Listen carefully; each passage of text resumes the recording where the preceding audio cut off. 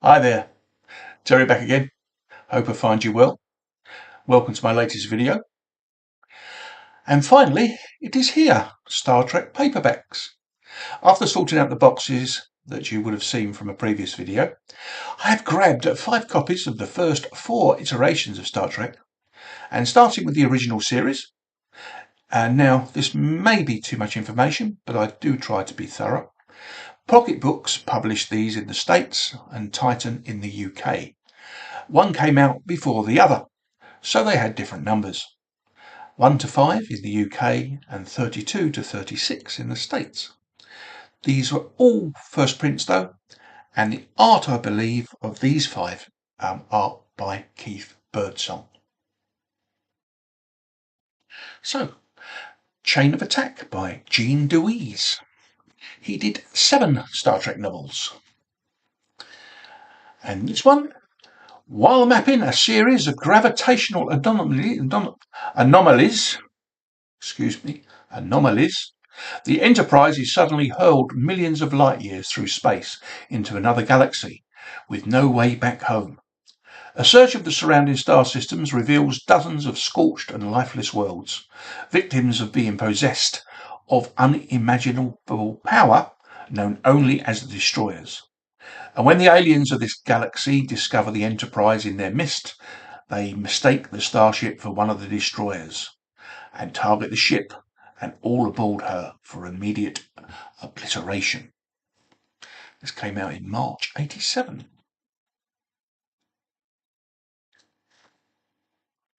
And number 2, Deep Domain by Howard Weinstein.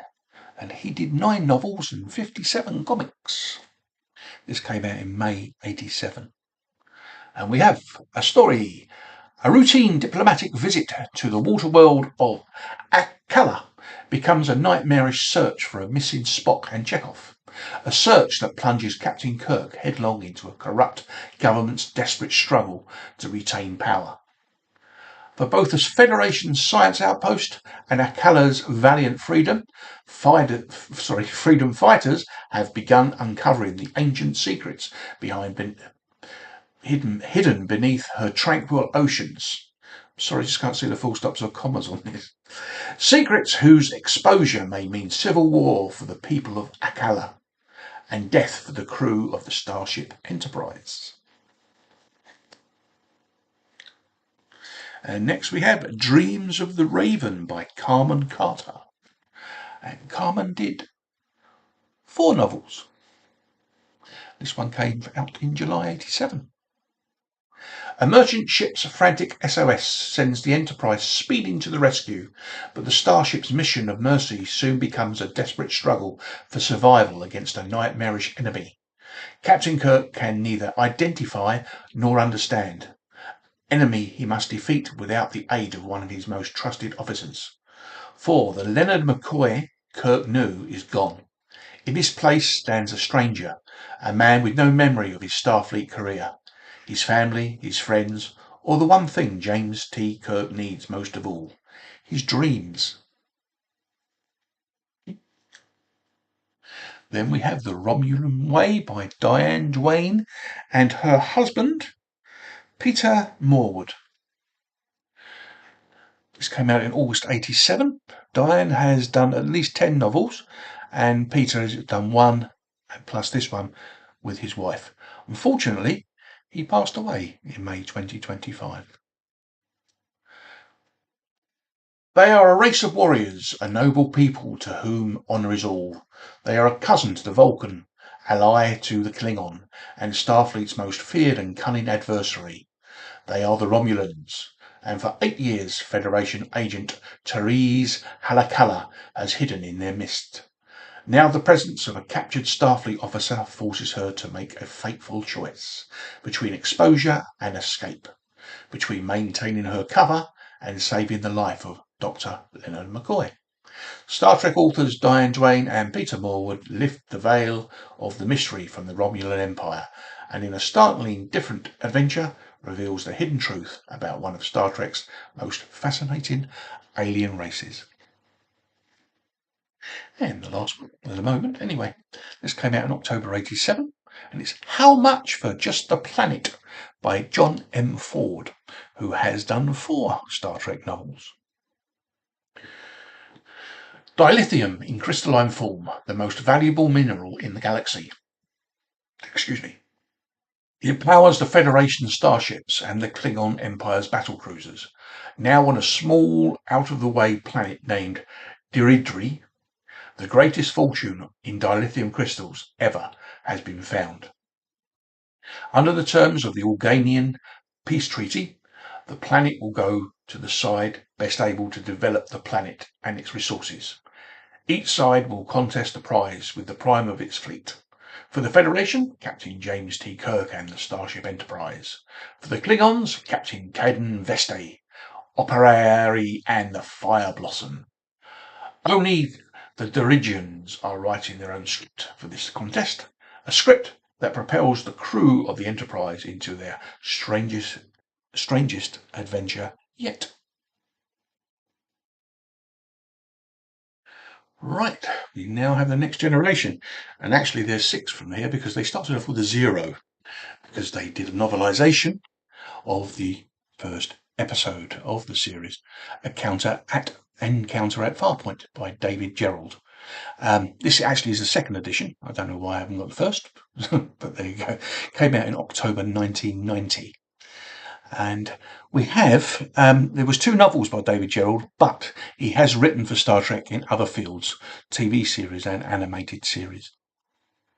I'm sure you all know this, but Captain's Log, Stardate, blah blah blah. Cygnus 4, the edge of the known galaxy. There we will rendezvous with the ship's new first officer and other command personnel and proceed with our mission to discover the truth about Farpoint Station. A starbase, doing well, facility built by the inhabitants of Cygnus 4, a starship of unparalleled size and complexity. And the success or failure of this, our first mission together, may well determine the course of human exploration across the galaxy for centuries to come. Right, number 1, The Ghost Ship by Diane Carey. July 1988 this one came out, and Diane has actually written 32 Star Trek novels. And we have 1955. A mysterious creature destroys a Russian aircraft carrier and just as mysteriously disappears.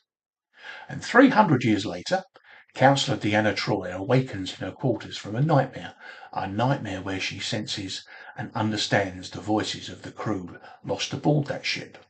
A crew whose life essences were somehow absorbed within the creature that destroyed their ship long ago. Now Picard must find a way to communicate with the creature, or he and his crew will be similarly absorbed by the ghost ship. Then The Peacemakers by Jean Deweese, and this was from September 1988. And we have exploring a deserted alien spaceship, Lieutenant Commander Data and Lieutenant Georgie LaForge suddenly find themselves transported light years away into the arms of a suspicious, fearful mob. While Captain Picard and the crew of the Enterprise search feverishly for the missing crewman, Data and LaForge discover they are in a station almost identical to the one they were exploring, high in orbit around an Earth-type world.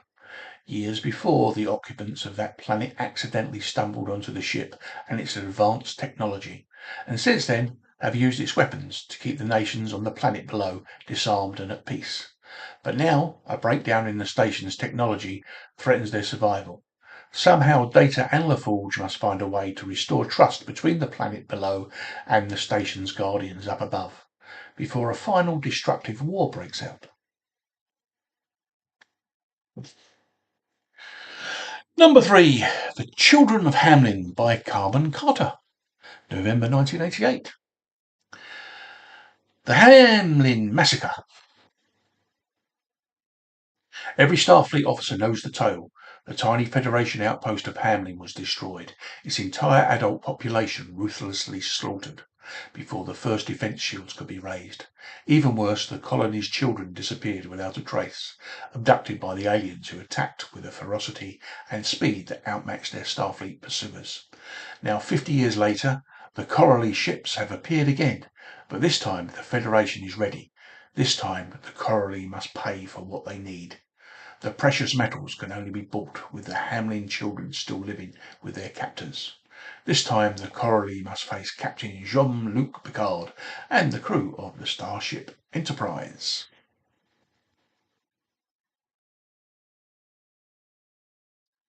Next we have Survivors by Jean Laura, and she has written novels, Star Trek novels. And this came out in January '89, and I actually have an artist name for this one, and it was Enric, E-N-R-I-C.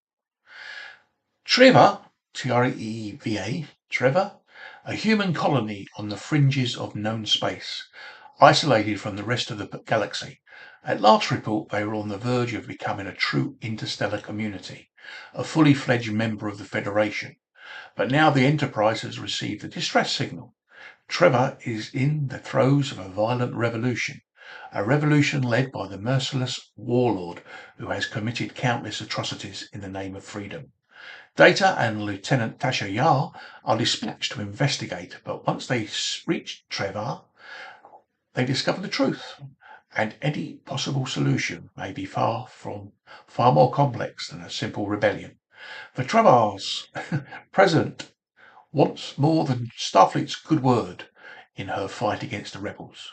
She wants their weapons, and before the battle is over, she means to get them over Data and Yar's dead bodies, if necessary.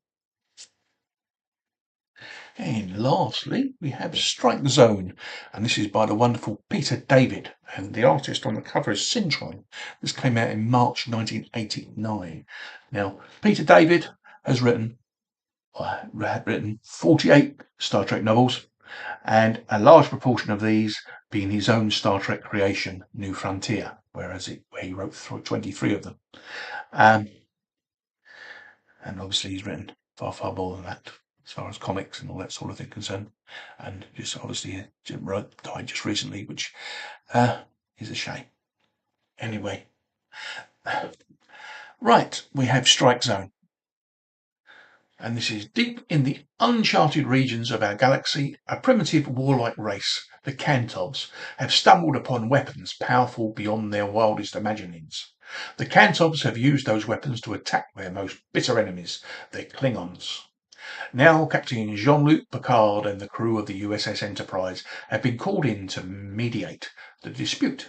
The Enterprise will ferry diplomatic teams from the two warring races to the source of their conflict and the mysterious planet where the weapons were discovered in an attempt to find a peaceful solution to the conflict and discover the origins of the super powerful weapons before the entire galaxy erupts into full-scale war. Right. Well, part of the reason I've been a while doing this is because I've been waiting for the other two T-shirts to arrive, but they haven't, and I'm still waiting. But this video's gone on a bit too long, and if I do the other two, we're going to be into 20 minutes, and nobody watches 20-minute videos these days. So if you would let me know in the comments if you have read any of those last 11. Have you read all of them? Did you know they existed? Let me know below in the comments. And if you can, give me a thumbs up, that'd be lovely. And if you can subscribe, if you like the content, that'd be great as too. But anyway, thank you for watching. Sorry it's going to be in 2 halves now, but as I said, I think it'll be going on too long otherwise. And anyway, I'll see you in the next one, which will be very soon. Bye.